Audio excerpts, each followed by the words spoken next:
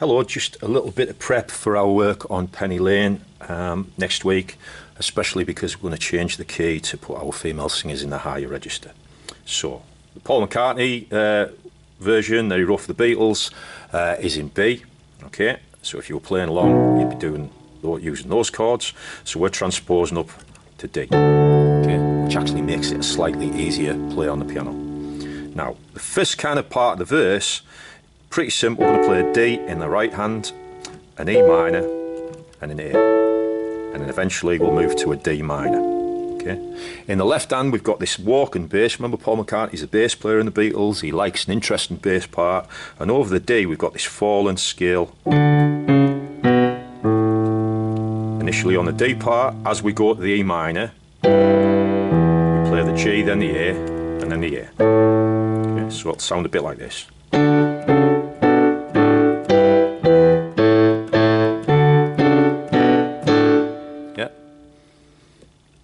Notice how it's pretty much a diatonic bass part. It's like the Do Re Mi scale. Yeah, I'll play it one more time.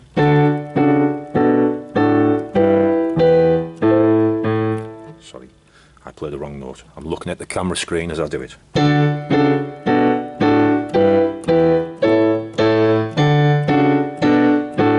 Now the second time, this is what makes it particularly dramatic.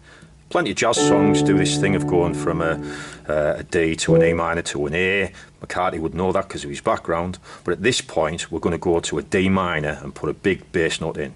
You can't see my little finger here, but I'm playing exactly the same note that my thumb's doing. Okay, and we go.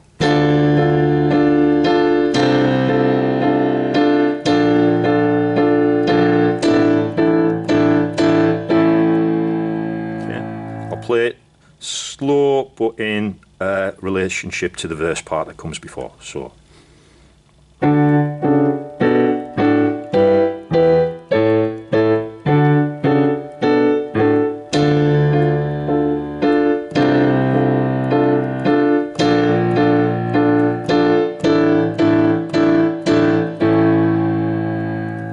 Just to explain a little bit, we've got a parallel modulation. We were in the key of D. Now we're in the key of D minor. It's a little bit of an unusual change in a song, that, particularly a pop song. Okay, in the big, strong D minor, slightly sinister. Our left hand moves to a C in the bass, which actually creates a D minor seventh. In theory, we could add that there. When we go to a B flat over that, it's actually creating a B flat major seventh. But we've got it easy. We can keep the same triad of notes there and just change the bass part. And then we're going to resolve on an A chord, but this time, again, for extra tension, the Beatles are all about creating little bits of musical tension. We're not going to a full A chord, we're playing a suspended version of first. Here there's that little bit of tension where we're putting the D note in over the A before it's resolved.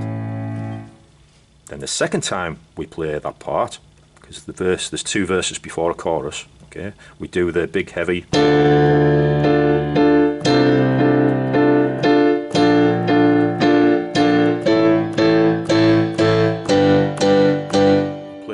a normal A. You can play it like that, you can play it like that, you can play it like that, and then we drop down to a G. Make it a seventh perhaps as well. I'll play it all together.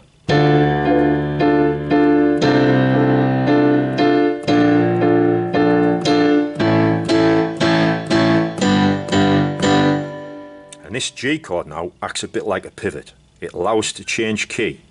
Because G's in the key of D, but it's also in the key of C. We can now start our chorus in C. I think I like this voicing of C best. I'm going to go C to E minor. Notice how I've gone to that inversion of an E minor to make an easy change. And then we're going to fall on this F chord. Okay, and all together be Penny. Penny Lane is in my ears and in my eyes. There beneath the blue suburban skies. And at the end, we've got another pivot chord. We play an A there. That is a seventh, and that allows us to pivot back into key of D for the verse again. So see if you can get your fingers around that. Relatively easy kind of chords.